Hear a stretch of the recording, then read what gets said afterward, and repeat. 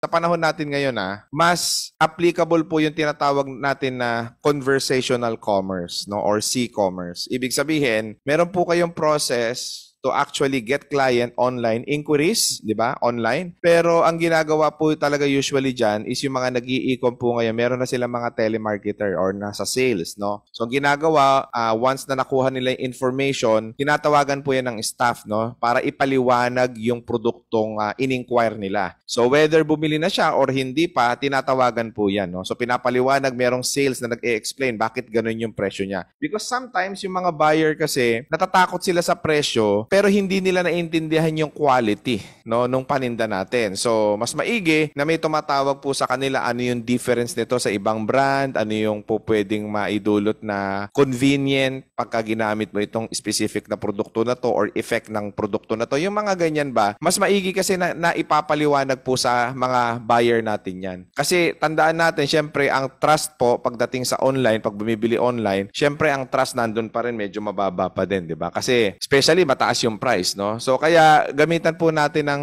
C-commerce, no? Conversational commerce.